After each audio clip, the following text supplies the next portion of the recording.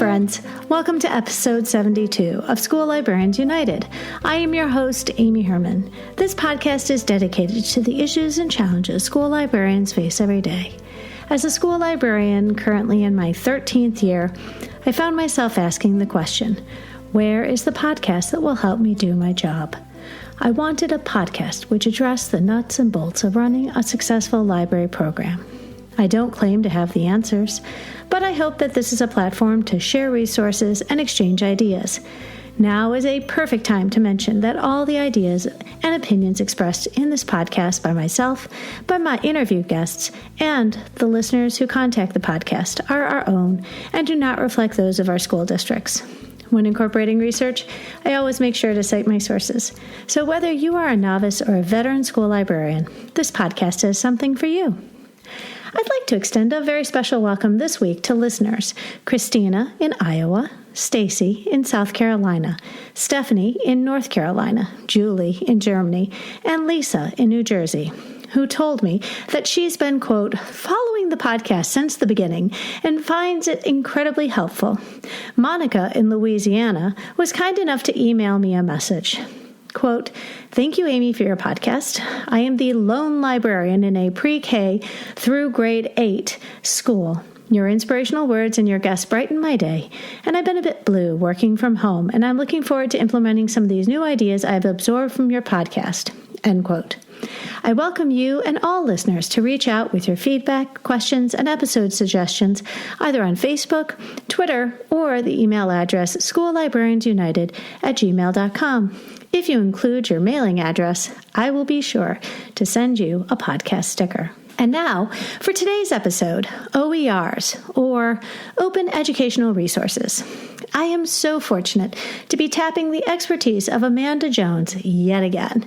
And I will say, since first meeting her at ISTE 19 in Philadelphia last June, two things which strike me about Amanda.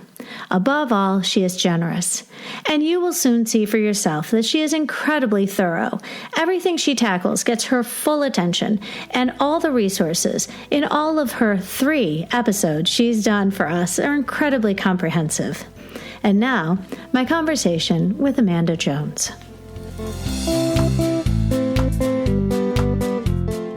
Friends, I am so excited to be sharing this conversation with you today. Amanda Jones is no stranger to the podcast. This is her hat trick. She is the first one of my guests to have a 3rd episode.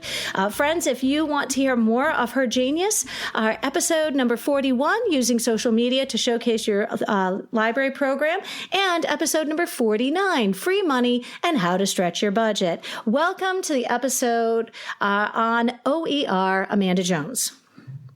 Hi, thank you for having me, Amy. It's really a pleasure. It's my pleasure to get to talk to you because I like to talk shop, and I very rarely get a platform where I can talk and other people will know what I'm talking about in the library world. I can guarantee you consistently across the board when I've talked to listeners. The one thing I find that we all have this incredible passion for our profession, and we live in a world where we don't have others like that in our space. And especially now in the time of social distancing, we find ourselves living amongst people who would rather we not talk about how much we love our jobs.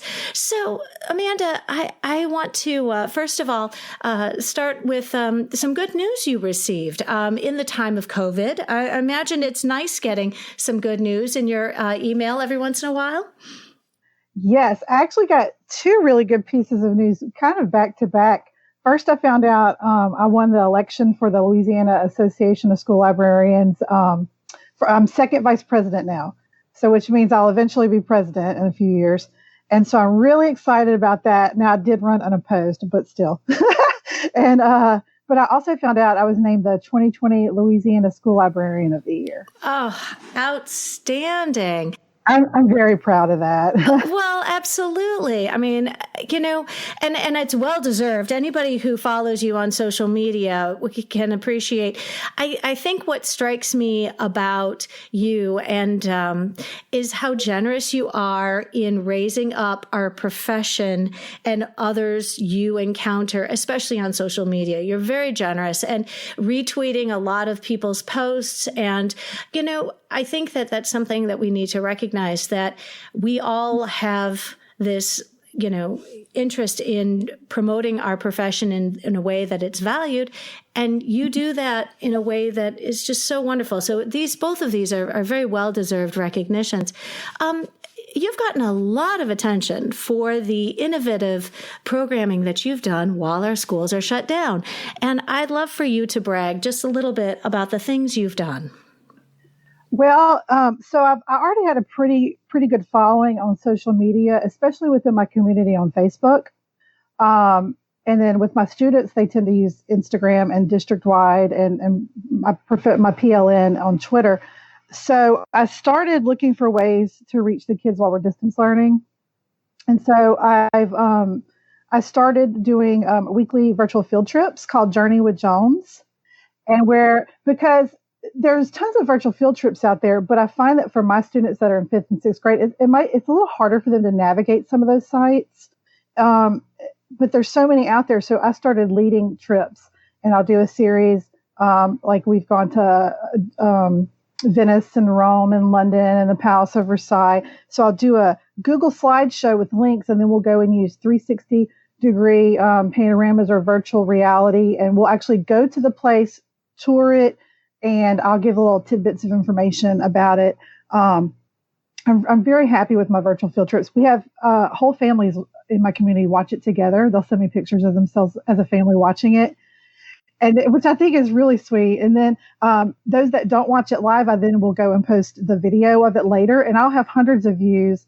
If they didn't get the time to watch it live streamed, they'll go back and watch it later. I've gotten a lot of good feedback on that. And I'm also been leading some digital escape rooms with the students. And this week will be, I think, our 4th or 5th one. And I'm actually going to have students from 5 different schools in the one that we're doing tomorrow on Sunday. And we have guest librarians I've had some from New York, Illinois, Pennsylvania come in to observe. So I'm going to be doing a webinar on that, on how to lead those. And then one other thing that I'm so excited about that's fairly new, I started a weekly author chat. And so this week we interviewed author Jake Burt for his book Greetings from Witness Protection, because that was one of our Louisiana Young Readers Choice Awards books. So I invited 3 students and an ELA teacher to sit in on the chat, and we live streamed it. And that's going to be a weekly thing. I have Rebecca Petruck coming up, Rita Garcia Williams, Alan Gratz, and Lamar Giles in the next few weeks. And so I'm really excited about that. Well, and friends, I guarantee you at the end of this episode, we will be sure to, if you aren't already following Amanda Jones, she will be giving you the litany of all of her places where she can be found on social media, because she really does set a new standard when it comes to supporting our students remotely.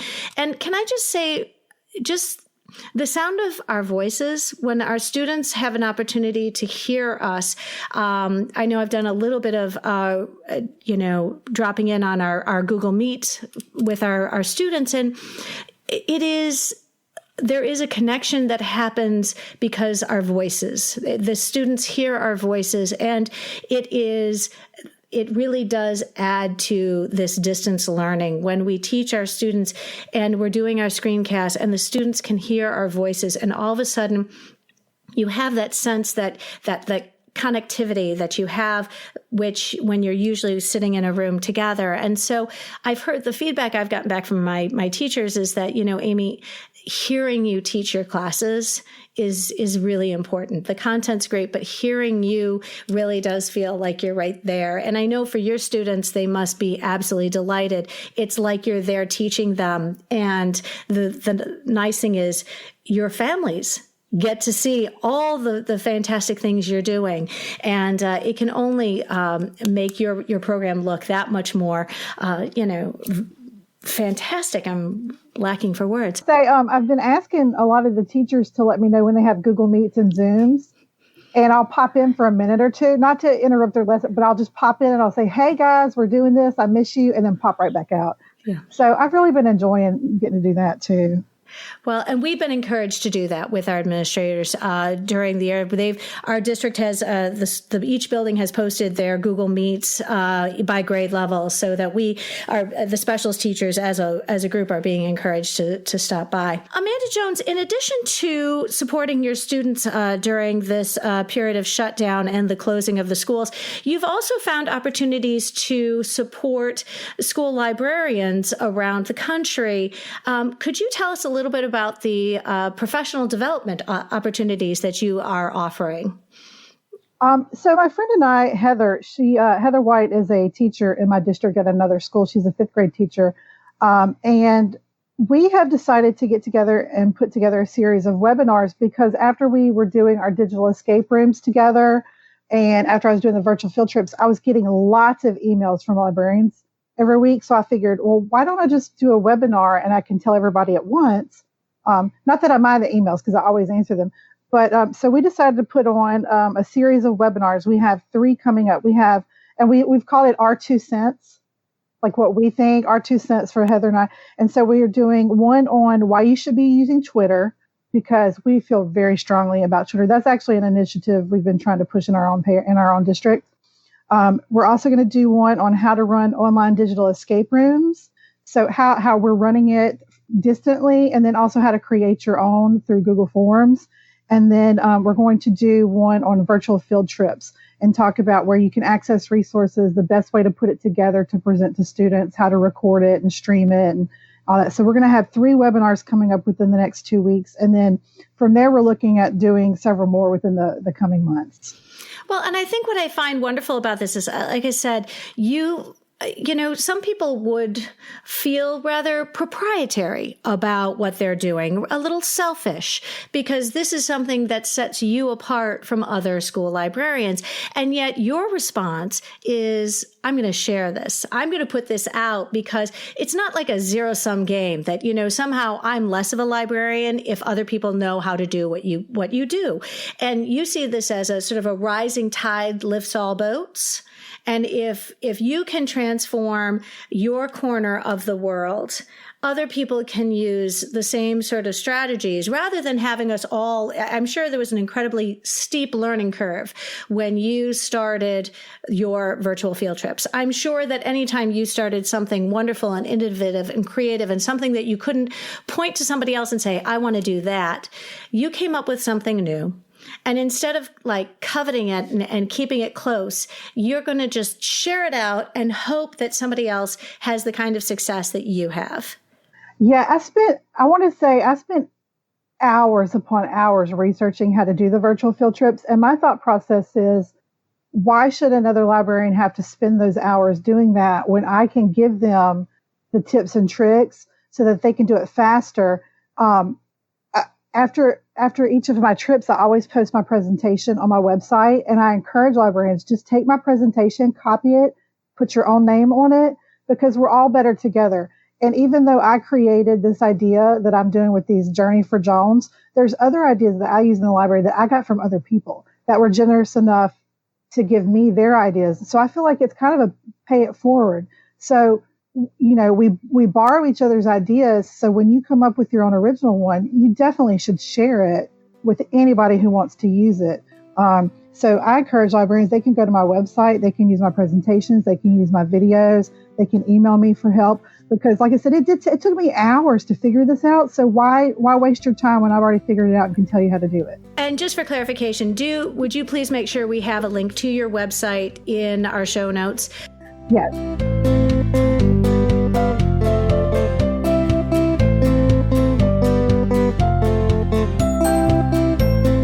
So friends, Amanda Jones this is what sets her apart, and this is why she is truly a leader, is because she is so generous with all of these resources, and you're not turning around and putting it on Teacher Pay Teacher.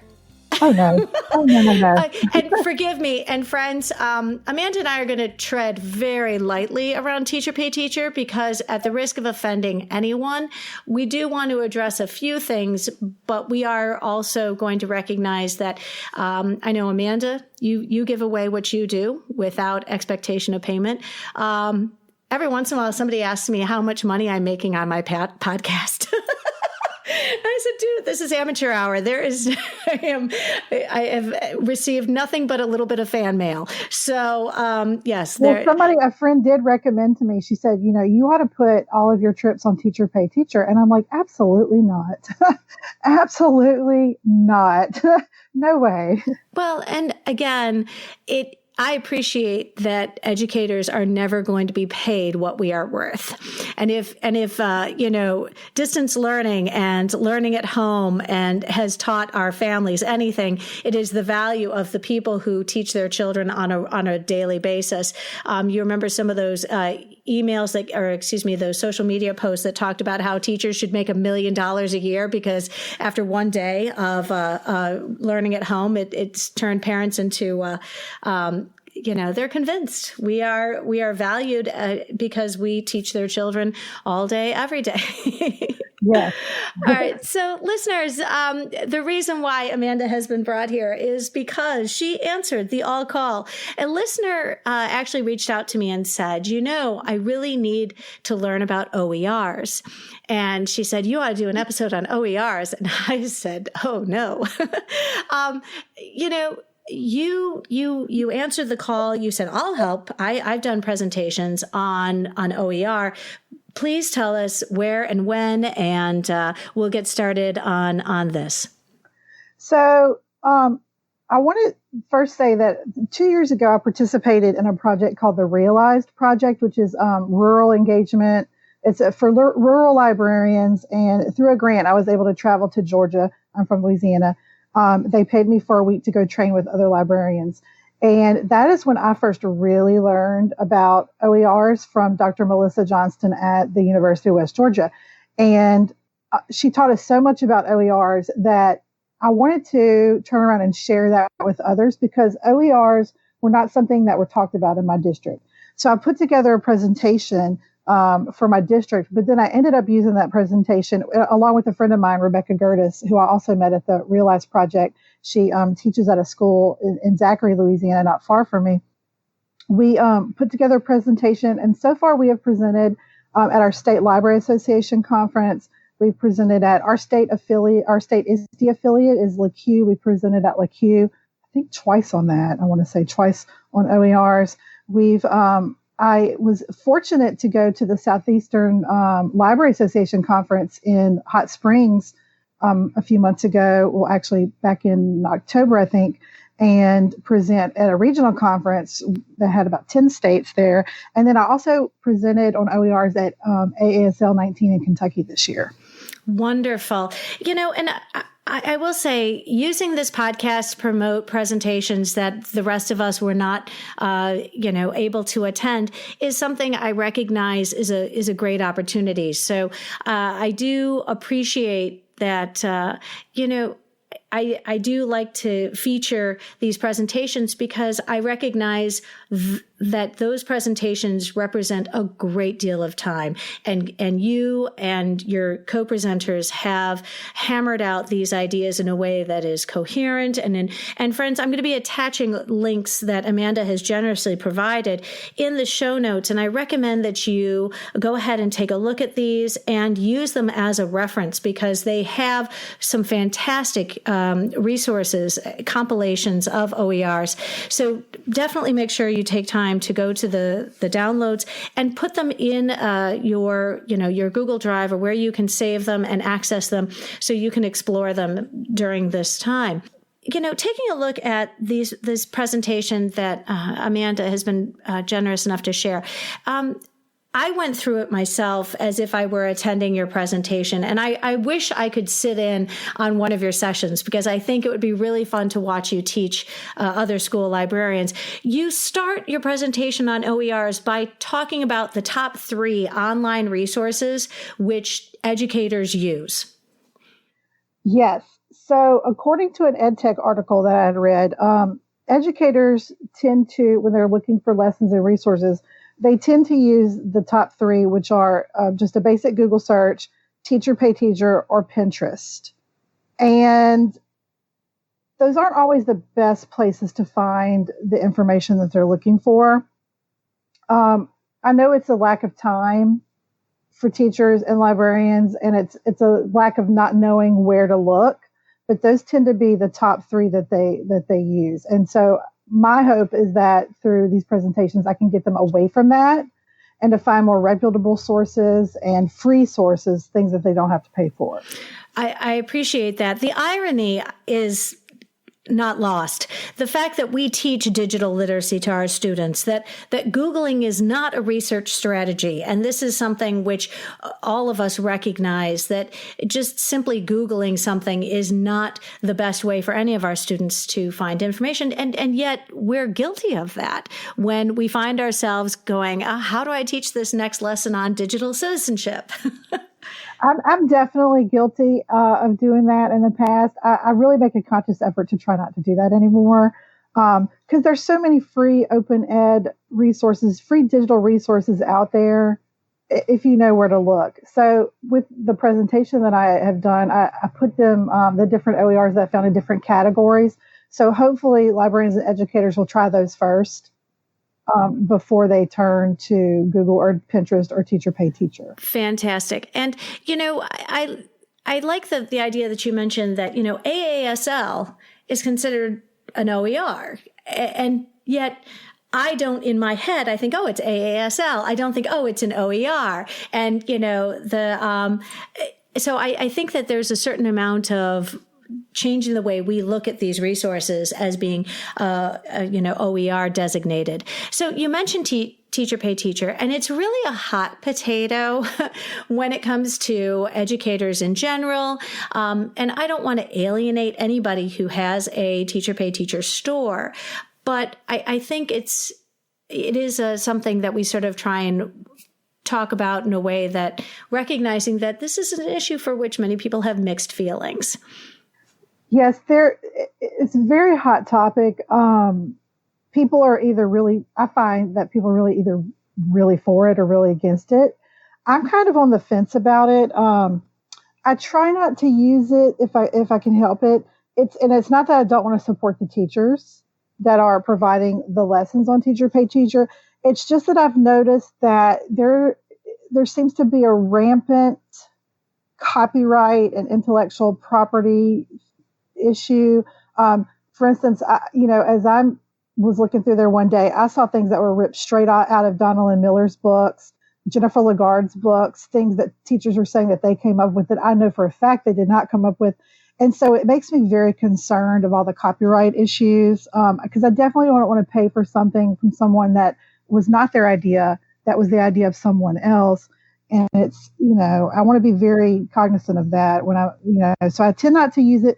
But I'll be the first to admit 2 weeks ago, I was looking for a digital escape room and I didn't have the time to create my own at that moment. And I couldn't find what I needed through OERs. And I did buy one and I purchased one off Teacher Pay Teacher, and I felt so guilty for it. And yet the difference is you paid for it. Where I sort of, the issue is I've also gotten some mixed feedback from administrators. And, one administrator said, "Hey, friends, I was over at the copy machine and somebody left all of this Teacher Pay Teacher stuff out. And isn't it possible, given how much we're paying you every year, that you could come up with your own ideas?" I'll tell you what, it was a very uncomfortable conversation, because I think that a lot of times when teachers find themselves teaching something for the very first time and you have no idea where to start, that it's a very easy crutch.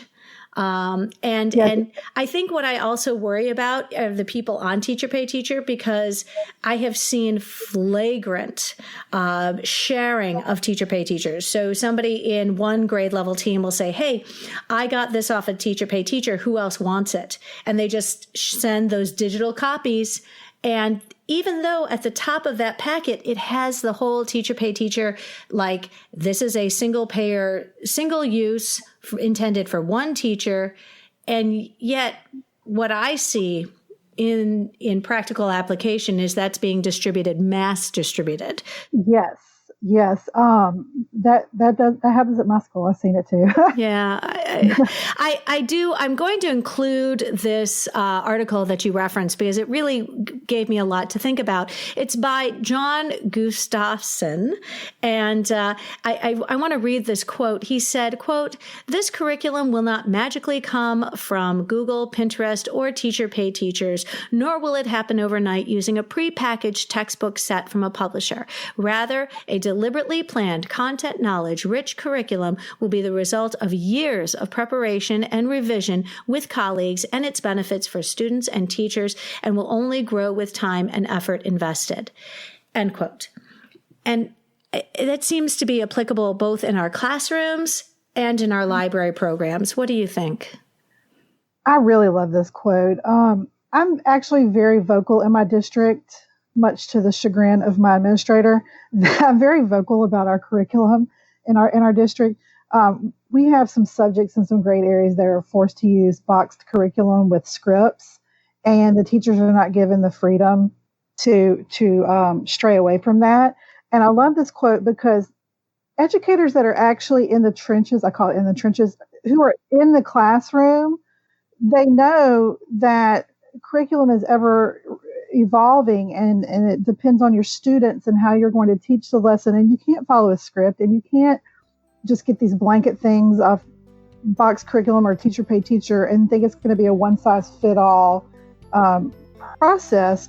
So, we're constantly having to revise and offer leeway to grow. And I love how with OERs, with the open licensing, you're given that opportunity to revise and modify the OERs that you find for most of them.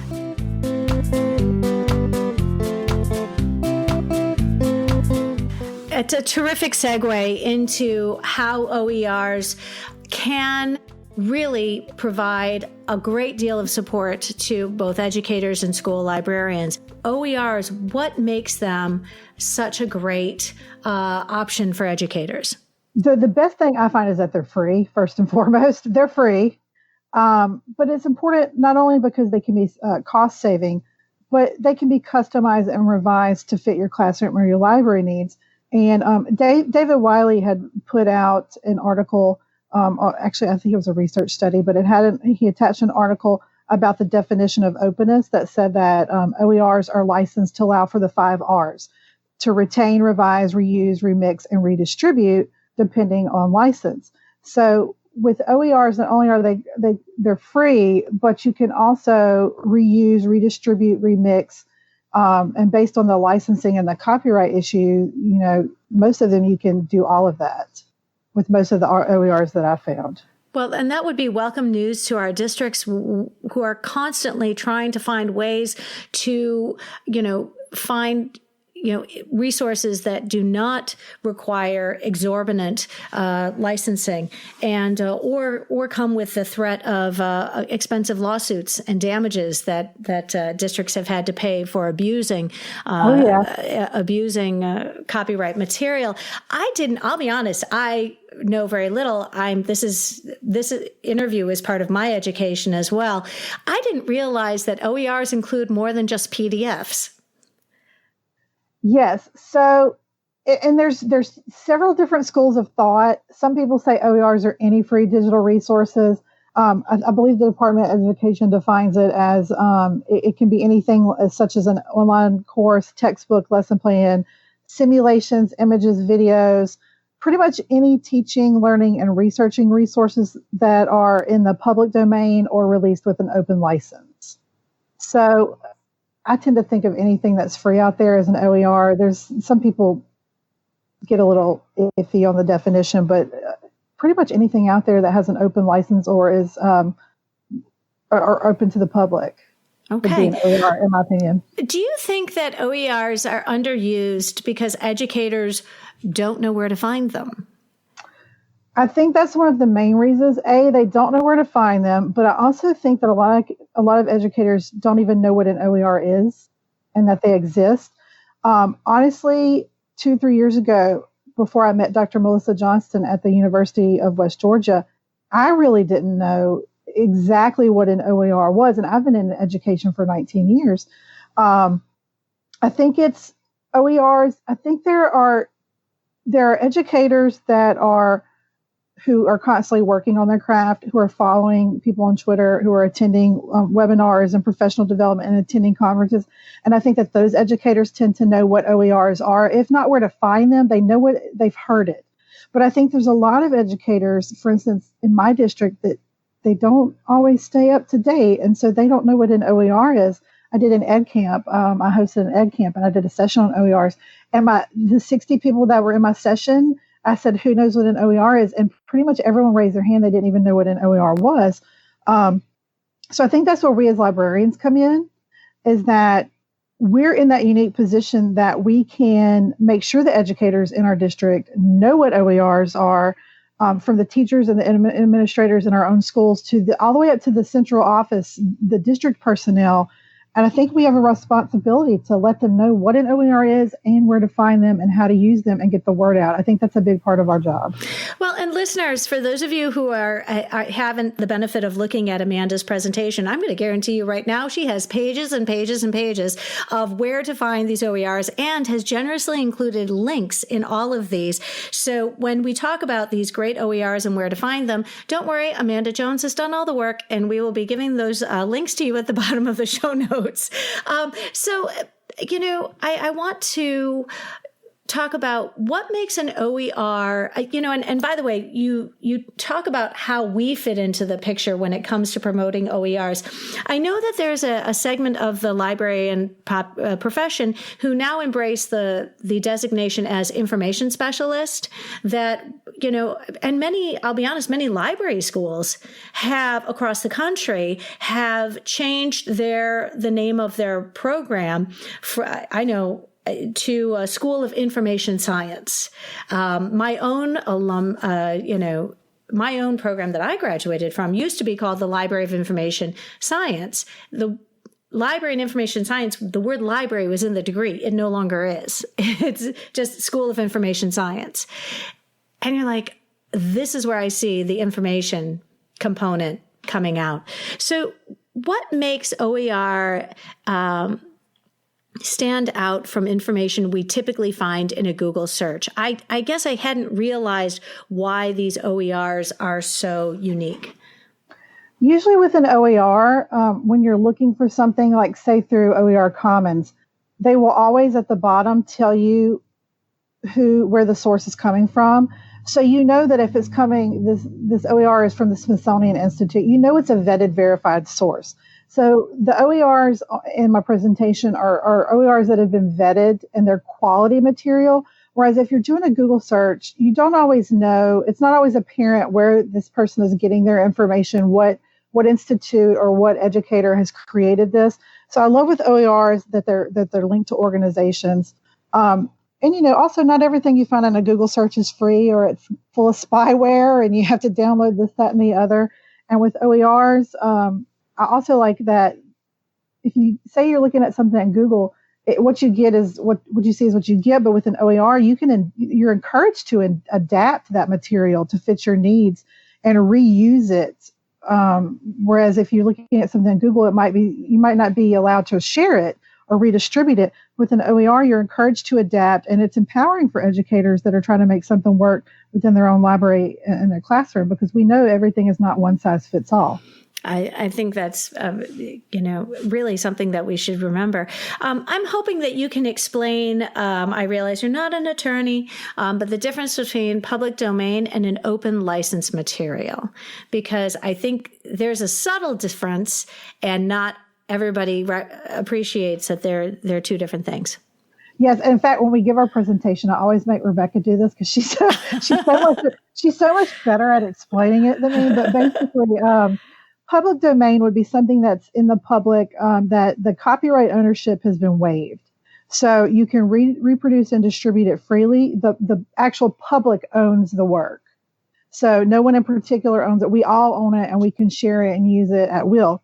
Whereas something that has an open license, there are restrictions depending, the copyright ownership is still retained by the creator.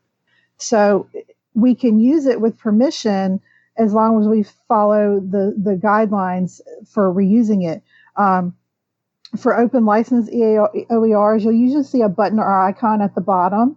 And I always have to refer back to a chart. There's a good chart that I put for you to put in the show notes. There's a visual, and it will show you what the icons and symbols mean. I always have to refer back to it because some you can use freely as long as you with attribution. Some of them can be modified and adapted. Some of them can even be used commercially, but they are open license, which means the copyright is still retained by someone. We can use it, but we just have to follow the proper procedures for redistribution. Wow. And friends, this is, I realize that there's a lot to think about, but the really nice thing is that Amanda has walked us through this in this fantastic presentation that she put together with her friend Rebecca. And this is where I'm going to let your Google slide presentation speak for itself, because slides 16, 17, 18, 19, 20, and 21 each have, it's a treasure trove of OERs, and they're linked because you're amazing, from general to STEM and science and math and ELA and more. And I think this is great because you're not just thinking of librarians in their libraries, but librarians supporting our science teachers, supporting our math teachers, supporting our ELA teachers, because it's not just about OERs that support what we do in our library, but it's how we support our building. Correct. And I always try to make sure I share these with my teachers. Rebecca and I, we started this presentation 2 years ago, but it's a working document. So even today, we were supposed to present at our State Library Association conference that was canceled. But even today, we text each other when we find something new, and we'll go back in and add it to the presentation. So it's an ever-evolving document where we're always going in and adding, or I'll read an article maybe that is not favorable to one. I'll say, we need to take that off of our presentation. For instance, I know right now Amazon Inspire was one we had on there, and I believe they're going to be paid soon. You have to pay for it. So we're looking at taking that one off. But we do have it divided so that, because I don't know about other librarians, but I collaborate with core teachers on lessons a lot. And I like to share, look, we have these OERs. If you want to look at it, we can come up with something using these OERs. My favorite general OER to use would be OER Commons and TED Ed, just general basic. I love how with OER Commons, you can search by standard, subject area. Well, and can I say about the TED Ed, I subscribe to their newsletter. Those are fantastic. That was one of the very first things. TED Ed reached out to educators as soon as we all shut down and said, folks, we've got a daily little newsletter we can send your families with appropriate elementary, middle, and high school you've got the little videos, you've got the lessons, just a quality product that they put out, and you just feel smarter for being on TED Ed. And there's so many like that. People just don't know about them. So it's very important for us to share with our community and our educators about these. Because TED is great. There's some really great STEM ones that I use. Code.org, Scratch for Educators, Google CS First for STEM-related activities. Those are some of my favorite for STEM. Science, you talk about TED Ed, NASA. I don't know who is putting together all the resources for NASA. I'm sure it's a huge team. They are phenomenal. They have everything, so NASA is great. Explore.org it's a live animal webcams. I use explore.org every week in my library, even if I'm just streaming something before school. Khan Academy is a huge one for math teachers, but I didn't realize until about a year ago that Khan Academy actually encompasses other subjects as well. So it's not just math. They have science and social studies lessons on Khan Academy, lesson plans, videos. There's so many out there. And I'm not a mathy person. I was always taught ELA, but I've been sharing, my teachers already knew about Khan Academy, but something they didn't know about was PhET simulations. There are a lot of math simulations. And when I'm doing a collaborative lesson in the library with a math teacher, we will do PhET simulations in the library, even though most people don't consider the library where you would do math simulations, because I share those OERs and we do those lessons. Well, and can I just, for the benefit of people listening, PHET is spelled P-H-E-T. I'm looking, I'm like, oh, it almost looks sort of a Vietnamese spelling. PHET, P-H-E-T. I'm sure there are some listeners nodding their heads going, that's OER? I'm using that. I use Khan Academy. I use NASA. I use Google CS First. Did not realize that that is considered OER. I'm going to feel a little less bad about myself now. Sorry, I didn't mean to interrupt, but... No, but it's true, because you don't often realize what exactly an OER is. And pretty much any simulation, video, database, anything that's free out there, I mean, some people have a school of thought that it's a little stricter than that. But if you go and you look at these sites, they will show the open licensing, the icons at the bottom to tell you what you can and cannot do with those resources. So I consider that. Well, and I know your next recommendations for ELA, there are some librarians going, that's OER? I use that. Yeah, read, write, think. Some parts of News ELA, I believe you have to pay for, but there's a lot of free areas that you can access. So even though some sites have paid portions, there's a lot of free areas you can use. And that's that's an OER. Library of Congress, love Library. I love Library of Congress, and you can use that with any subject area.